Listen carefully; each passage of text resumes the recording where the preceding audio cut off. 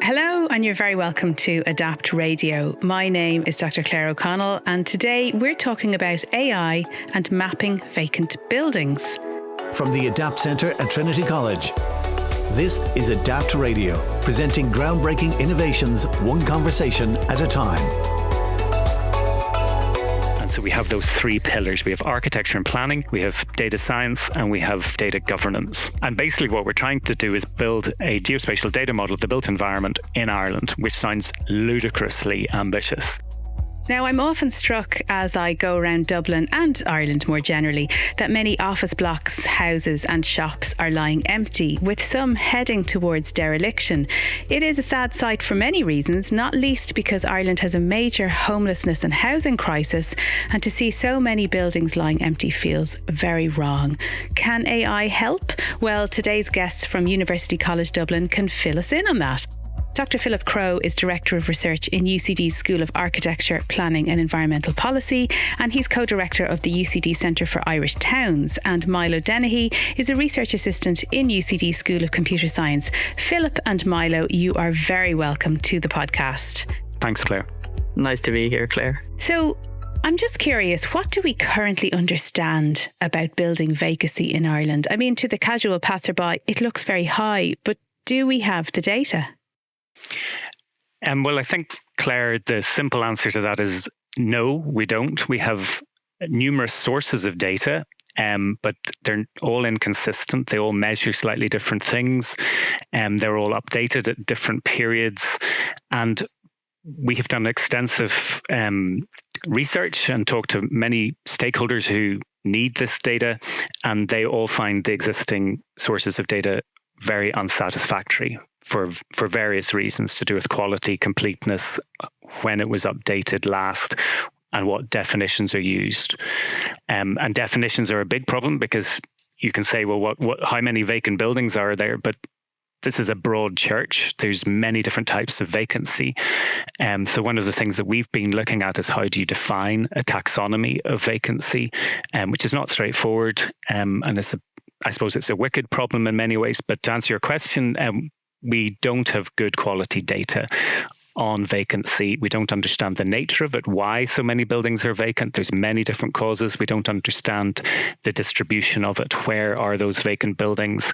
And we certainly don't have it available in an open format at a granular level, which is really how the form that we need it in so that we can actually use it for active land management.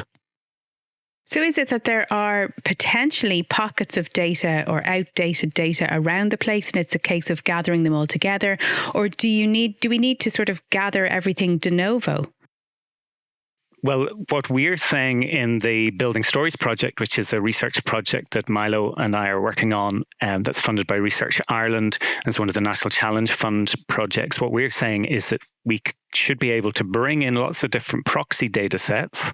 So those might be data sets on energy use, there might be utility data, it might be about heritage, bring them all into one place, into a GIS, and then use predictive modelling to understand the likelihood of a building being vacant or underused to some level. And Milo, what's your role in this? You have a background in planning, and you're in the School of Computer Science. So what do you do with the data that you are finding? Yeah, so a big part of what we do is about unifying and making the data more interoperable. So that term gets thrown around a lot. But basically, you've got a lot of different data authorities in Ireland who create their own data sets, but maybe in a way where it might not interface very well with another data set. And for us, a big part of the problem is about making sure that the data has some standardization and that it can communicate with each other. So because it's a spatial project, each point of data is associated with the space. And so making sure that is the right space is a big part of the project as well, because say you get it wrong or the data has some inaccuracies, some spatial inaccuracies, you'll predict the wrong house. So a big part of our work really is about sort of unifying the data sets as they are, and making it in such a way where it's usable for a predictive model. Are you starting with particular areas of Ireland, or are you trying to undertake everything all at once? Well, so Philip can talk about our start phase, which was our 3 pilot towns. We've sort of moved slightly now. That's true. I'd forgotten that. So we started off looking at Ballina, Monaghan and Tipperary as sort of pilots to try and understand what information existed and maybe why these buildings are vacant. And we have parallel projects that are looking at that as well. But we've got into what's called the grow phase of this National Challenge Fund funding program, and we've developed living labs. So that's where you basically try something out on the ground in a real life situation. And we are very happy to be working with Monaghan County Council, and particularly focused on Monaghan Town and also Cork City Council. And so that means that we have a little working group. We've got people from UCD, from computer science and from architecture working in this working group with representatives from those local authorities to understand what data they can share or feel comfortable sharing or just allowed to share, and what we can do with that data, and then can we verify the results of the predictive modelling on the ground in those locations.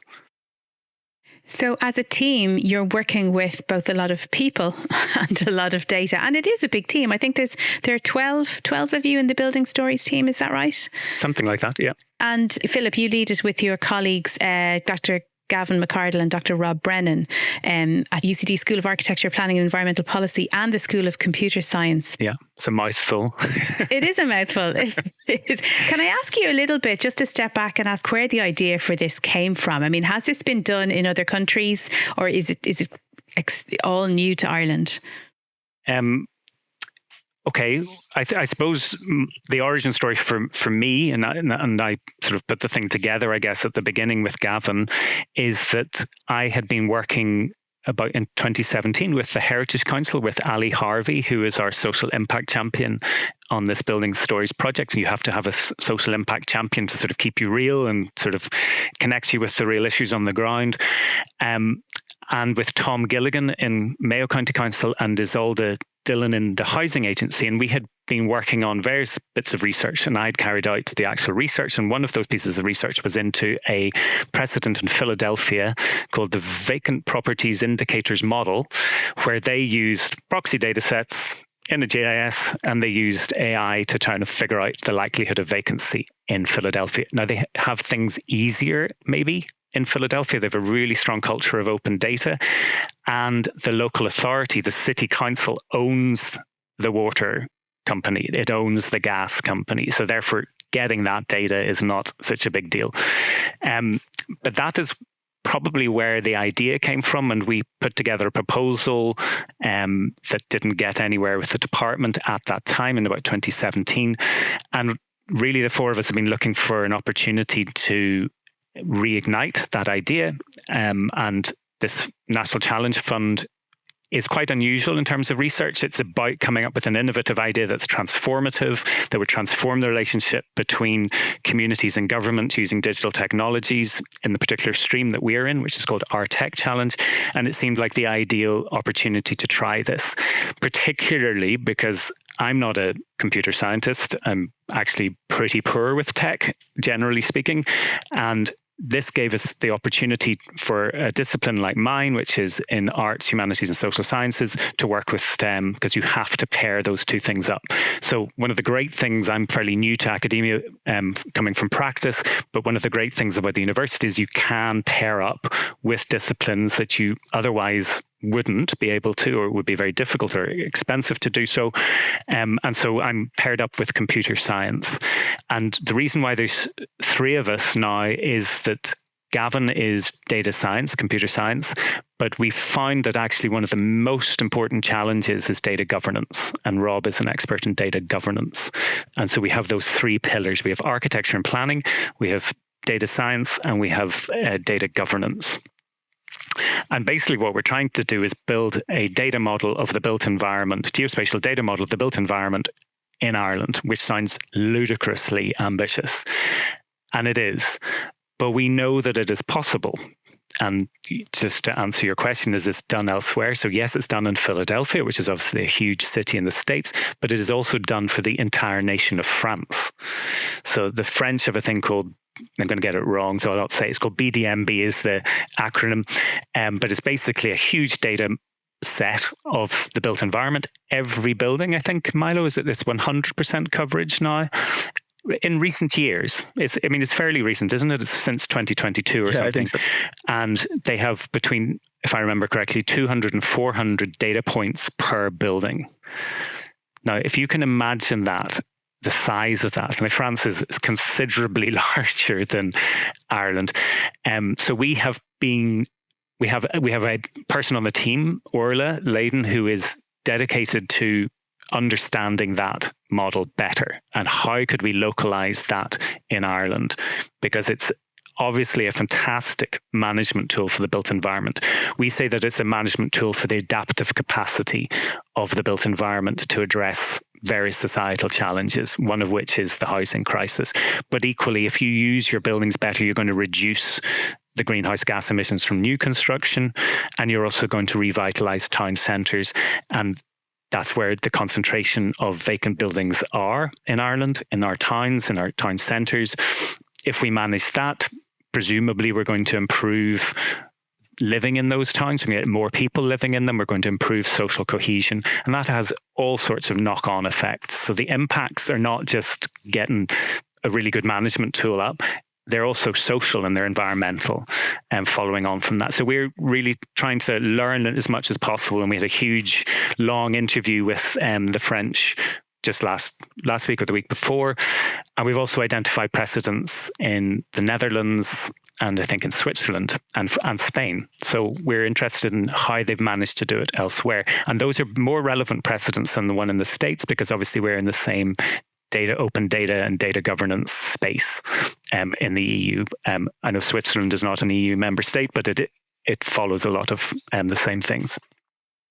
And as you say, that governance is very important, but the amount of data points is astronomical. If you're going to achieve this, a sort of a data model of the built environment in Ireland, Milo, can I ask you, where does AI come into this? What does AI enable that we really couldn't do without it? Yeah, so from our example, obviously we're using it on the data, but also to generate more data as well. There's an inference there as well. A large example of these existing models, for example, the BDMB, a strength of it, they can use AI to predict missing data within the data sets based off of the existing characteristics. So you'd have 200 features, right? But maybe the coverage varies depending on the area or the building. Some buildings might be missing some data. The AI actually can be used there to characterize missing characteristics of the building. So we can also help to expand our data set then and make it more full. And AI can also be used as an application, at least in our case, to generate novel data sets as well. Obviously, you need some basis for it, but there's a lot of strengths there. Right. So when you have the data, AI can help you strengthen what you have and interrogate it in new ways. Very good. And in terms of, when you get the data set, when you have all the buildings in Ireland mapped and you have various data points on them, how do you, and there you, Philip, you mentioned the sort of the adaptive nature of cities and towns and rural environments as well. How do you track changes over time then? How is that data set monitored and how does it evolve? Well, that's an excellent question.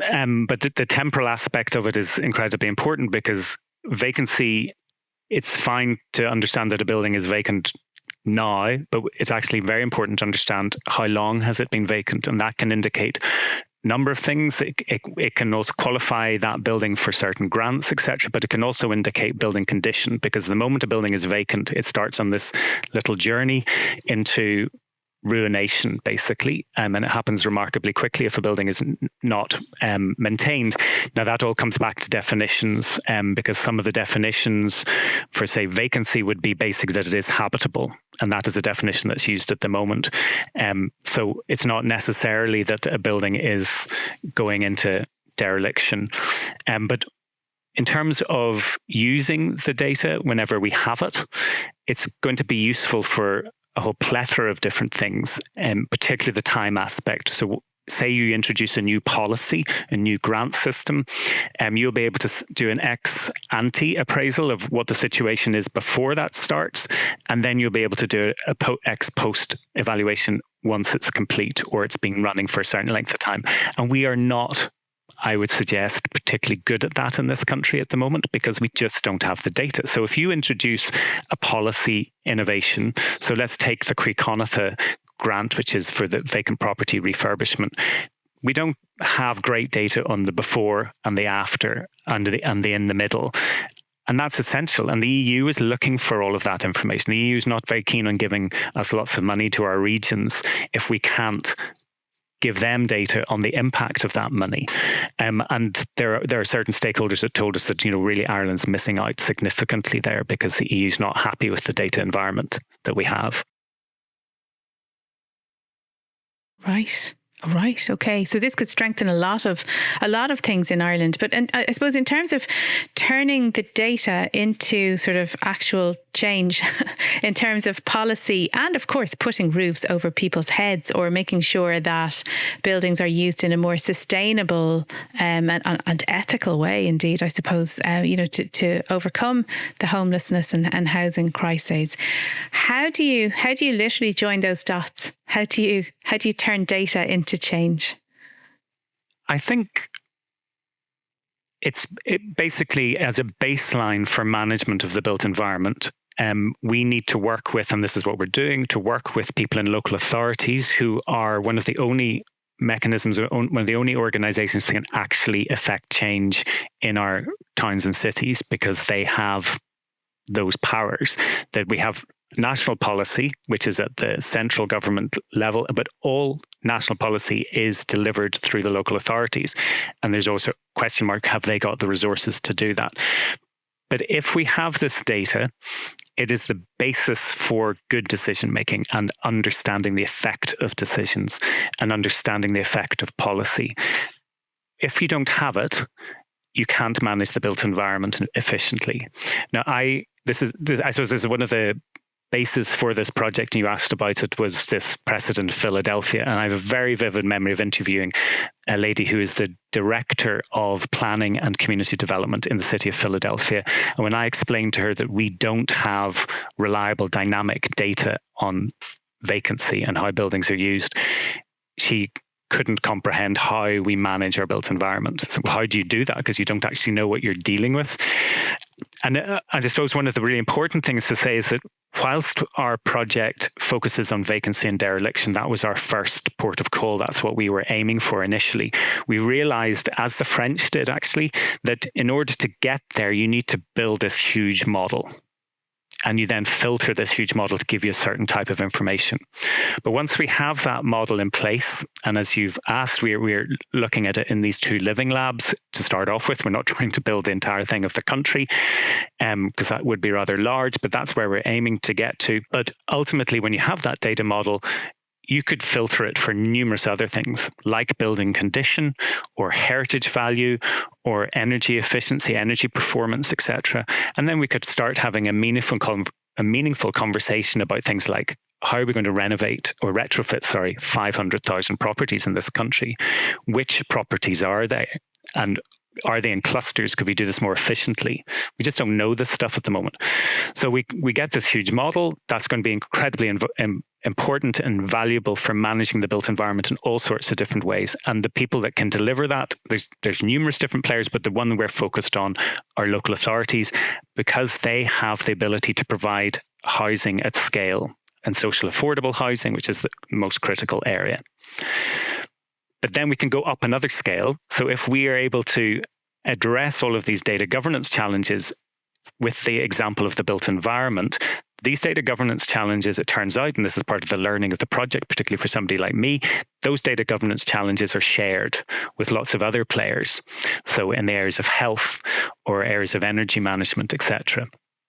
So if we're able to solve those in collaboration with those other players, then perhaps there are major solutions and major impacts that go way beyond the built environment. One thing just to touch on that Philip sort of mentioned there, and I feel like is an important strength as well, or something we're seeking to do, is decreasing the difficulty in which these different organizations can interface with the tools. So from our discussions with different living labs and different local authorities, it's often emerged that even if the data does exist, it's quite difficult to get, planners and non-technical people to interface with the data in such a way that it then informs their decision making. So for us, a key strength of sort of this co-creation process that we're looking into with the living labs is that we hope that it will enhance the usability of the tool. And we think by enhancing the usability, we enhance the effect that the data then has on the decision making of the authorities as well. Because it's one thing to have the data, it's another thing for it to be adopted. Brilliant. But it strikes me that there's almost like a mindset needed to see this is like we have the census every so many years where we capture a snapshot of who's living in Ireland and what are they all about. And people expect that data to be used to inform policies. So this is almost like a building census that then can go on to sort of, people can make informed decisions about, what we need to do with those resources to make sure that that society benefits. Very good. And that critical thing, Claire, is that it's dynamic. Yeah. It's, up to date within days. Yes. And so the census is actually out of date instantly. And so that is it's useful, obviously, but it's only useful to a certain point. And if you look at a country like Denmark, and they have data, now they don't have granular data as in which building, they don't have a map of individual buildings, but they do have data. A government has data, and it's to a certain extent open, but they have data on vacancy up to date within something like 4 hours. And that's because they have two massive data sets, one on people and one on property. The one on people tells you where everybody lives, and the one on property tells you who's living there and who's using it. And so whenever you cross those over, you get this incredible, powerful tool. And there's a sort of aggregate version of it online that you can just sort of see it changing, but it's very clever because it's updated because people are incentivized to update their information, particularly on tax in live, so it's live, and it's in your interest to update that, because if you don't, you're going to get charged or get caught for not having somebody in the apartment. Right. Wow. The UK bases its figures on council tax data. One part of our data set as well, a key part of our data set is planning application data. Philip mentioned there, like sort of self-updated data. And that sort of comes from that source as well, in that you have to apply for your planning permission unless you want your shed to be knocked down.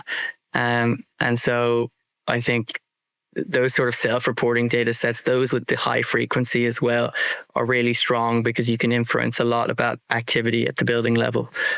So obviously the registration, but there's other data sets out there. But there are reasons why we do not have access to tax data, like property tax data in Ireland. That's where the data governance challenges come in. Can I ask you about that sort of adaptive capacity that you mentioned, Philip? You co-lead the Centre for Irish Towns. So you have a strong focus on towns. And tell me about what you mean by adaptive capacity and how you see that helping to revitalise town centres in Ireland. Because again, you go through a lot of town centres in Ireland, and particularly in recent years, I think you can see there have been a lot of changes and not all of them are good. Sure. So I suppose the theoretical framework behind this project, certainly for myself, is urban resilience. So that's how do cities and towns manage change over time and disruption and still provide essential services. And a metric of urban resilience is adaptive capacity. So how can a place adapt? So how can it be dynamic? So you have a major change, maybe a flood or some sort of disruption, and how do you bounce forward, not just bounce back, but actually evolve from that? And a map of adaptive capacity would be a map that shows the opportunities for change. So shows the opportunities for providing more housing on a simple level, or shows opportunities for providing areas for more biodiversity, or for diverting water flow and having attenuation areas. So we look back in this project to a map that I uncovered way back in my own doctorate research, which is from 1914, from a report into the housing conditions of the working class in Dublin. And that was, there was evidence given at that by a guy called Patrick Geddes, who is a Scottish polymath and one of the founders of town planning. And he worked between Scotland and Ireland at that time. And in that report, there's this map, which I regard as a map of adaptive capacity of the city centre of Dublin. And it's a beautiful hand-drawn map, obviously. We're a little bit before CAD then. And it's a stunning visual map, but it's so interesting because he marks on it, well, I don't know if he actually drew it, but he had done similar maps of Edinburgh beforehand. And so we can see his influence in this map. And he maps on dilapidated buildings, vacant sites, insanitary areas, etc. And at that time, in the early 1900s, Dublin had a housing crisis that is actually beyond our imaginations in terms of poverty and deprivation and insanitary conditions. It was pretty grim, particularly the city centre. It was quite different when you went to the different townships outside the canals. And he did this map, and it was essentially a map of how do you manage this crisis? What is the adaptive capacity of this city to cope with this crisis? And so the way I present this project is that we have this map from 1914 with all of these spaces for adaptive capacity on the map, and we don't have that today.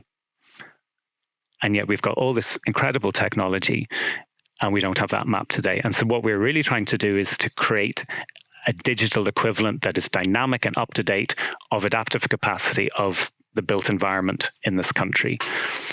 And what's the huge surprise of this project is that, well, it's not a surprise, but the things you discover is that this exists in other places, as we've already mentioned. I love that we're going from a hand-drawn map in 1914 up to, using AI in 2025 to try and solve the same problems. I mean, I'd love to imagine what Patrick Geddes would do with the technology we have today. Like, this man had an amazing brain. He was a botanist and turned into a town planner. I can't imagine where he'd have gone. Milo, it's head-wrecking to think what he would be doing with this technology. He'd leave all of us way, way behind him. I was actually going to ask you, have any surprises come up for you in the project so far? Are there any instances that you've kind of have made you scratch your head or go, wow, I never would have expected that? I'll let Milo come in first with that one. I definitely say yes. I mean, I think for me, looking at it from a data perspective in terms of like informed decision making, I was definitely shocked at maybe the lack thereof in terms of what the data was out there, especially for planning bodies who are under so much scrutiny. To think of the potential with these resources, and then that the resource may not be there. It's very frustrating, and it puts a lot of context on I'd say a sector which is like quite often scrutinized. In that you're sort of sometimes you're maybe throwing darts at the map to try and figure out, and there's a lot of manual work that goes into those sort of decision making processes. So that was something that shocked me, I guess. And I think the things that surprised me, the first one was that our original premises for the project were correct and were reaffirmed by many, many stakeholders. A very strong thing that came through was a very negative attitude to existing data sets on vacancy that we rely on. I hadn't quite anticipated that would be so consistent. But I think the biggest surprise to me is related to the data governance. And as I say, after about a year, we went from two pillars of architecture, planning, and data science, and we added data governance. And I think what my biggest learning, and maybe this sounds incredibly naive, particularly if we're on a podcast that looks at these things, but I just, as somebody who's an architect and a planner, and that's my world, I was very surprised that actually the challenges are not technical. I thought it was going to be, God, how are we going to bring all these data sets together? They're all different. They're all they're not going to be incompatible. And how do we create this predictive model? And how do we persuade people to give us their data sets and include them in this? But actually, it's all about soft issues. It's all social. It's all data governance, making an environment where data owners feel comfortable sharing their data, trying to explain to people the big picture that, okay, your data set on its own is not going to solve the housing crisis and reduce greenhouse gas emissions or revitalize town centres. Okay, we get that. But if you aggregate them together, you have something incredibly powerful. And can we please do that? Can we find a way to do that? I'm also amazed by this whole debate between data privacy and public good, and that really it seems to be a very strong argument to me that data privacy is trumping public good in many, many instances, and that has to be wrong. And that there seems to be, we've got legal experts working with us, telling us that, there are these laws in place. This is the direction of travel for data, that it should be more available. It's more data sharing. There's responsibility, and there's lots of different ways of data sharing, but this is the direction of travel, and yet it's not happening. And so talking to organizations like the Land Development Agency or Revenue, who do have powers to get data shared with them so they can do their job, and yet they are still frustrated. That to me is, to somebody just not in that world, I suppose, is naive, but it really has surprised me how data governance is at the core of this.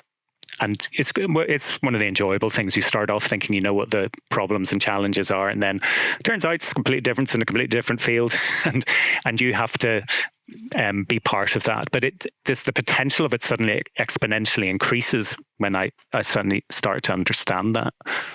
For me as well, I'd say I found surprising as well also the data governance challenges, but also that they were based not just on sort of technical measures, but that a lot of it came down to building trust with individuals and with organizations as well.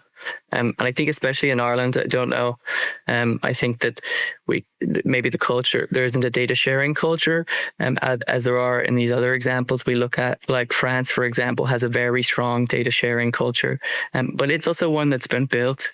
And so when we spoke to stakeholders at the BDMB, within the organization, they sort of outlined to us how it had been a slow process. It's sort of like getting dominoes to fall. You kind of have to convince one person and then they convince the next, just to create a data sharing ecosystem, which I think Ireland sort of lacks. And yet we're told that Ireland's really good at it. So there's lots of contradictions and endless amounts to still learn, obviously. That's research for you. Yep. So can we dig into that for a second? I mean, can you tell us about the problems with data governance? I mean, that seems to be the enormous issue that's coming through on this project. So can you articulate what those problems are? Sure. I mean, I can start, and Milo, you fill in all the ones that I miss out. But I mean, a lot of it comes down to data sharing, that data owners are not comfortable sharing their data, and data is often siloed and protected. We think that there are probably good reasons why people are nervous about sharing data. They may be simply fear of it getting into the wrong hands or being misused, but it also might be the quality of the data may not be there, it may not be complete, it may not be accurate. So they're worried about that. As I mentioned before, making it clear that aggregation of data is very useful, that we need to look at the balance of data privacy and public good. And also this understanding of existing laws on compliance and understanding the legal restrictions that exist related to the original purpose of collecting data. So I don't know, have I covered half of them even, Milo? So. Yeah, no, I think you've touched on a lot. I think one thing that emerges to me always is how quickly the space changes in terms of legislation as well, because obviously AI is such a fast moving technology at the moment, and sort of there's a whole slew of legislation, obviously the AI Act recently and other legislation that's come out. And I think that a lot of organizations may not be equipped, or if they are, they have to get used to it. So I think these are also concerns as well when you're sharing data. And from a data governance perspective, is you don't not only need strong legislation or technical measures, you also need organizations with the capacity to implement and to engage with that legislation.